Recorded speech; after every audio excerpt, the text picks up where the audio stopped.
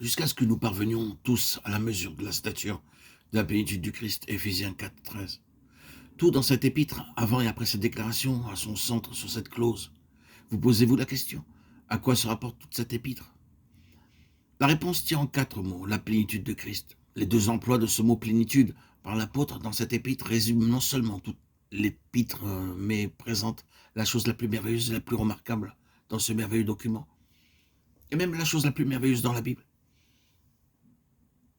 Au chapitre 1, au verset 23, la déclaration stupéfiante est que l'Église, qui est le corps de Christ, est la plénitude de celui qui remplit tout en tous.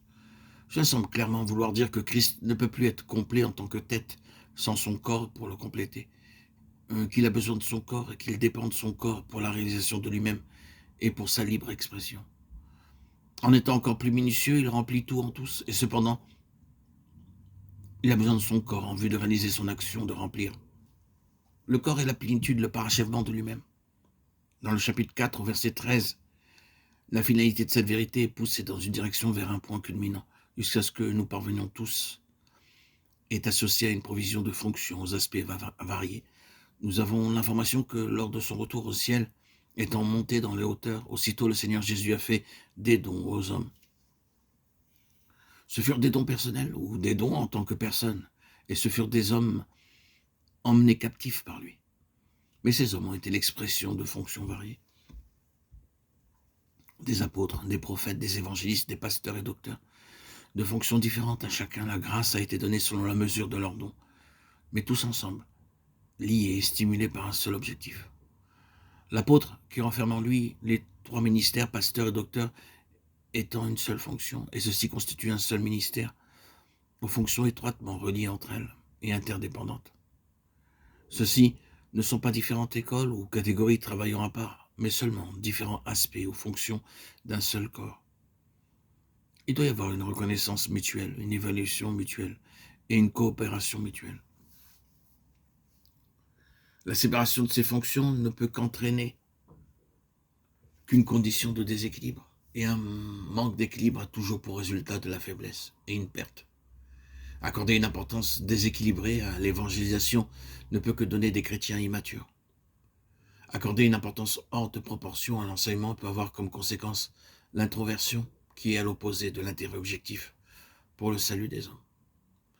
Dans une assemblée locale constituée par le Saint-Esprit, toutes ces fonctions doivent être présentes pour sa pleine croissance.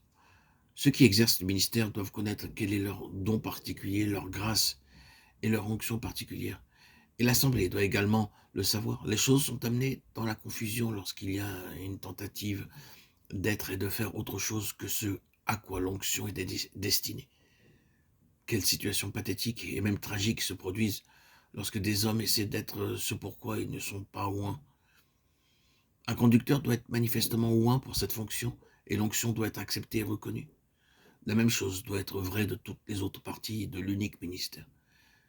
Mais chaque don personnel doit, et c'est absolument impératif, doit maintenir en vue le seul but inclusif et y contribuer nettement, à savoir la plénitude de Christ, parce que c'est une mesure du don de Christ.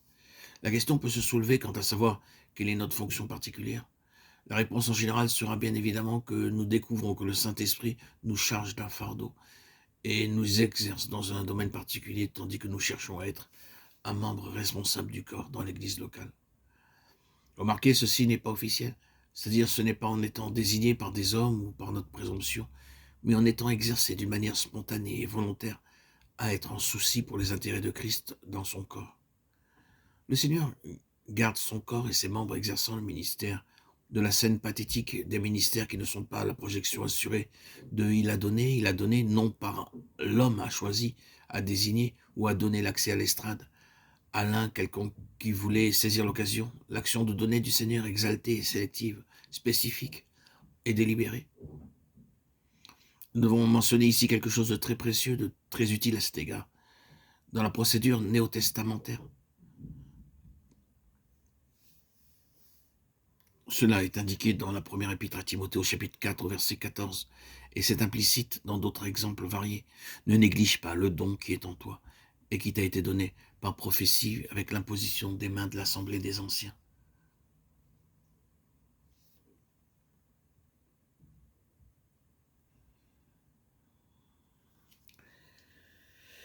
Oh, putain, je peux plus.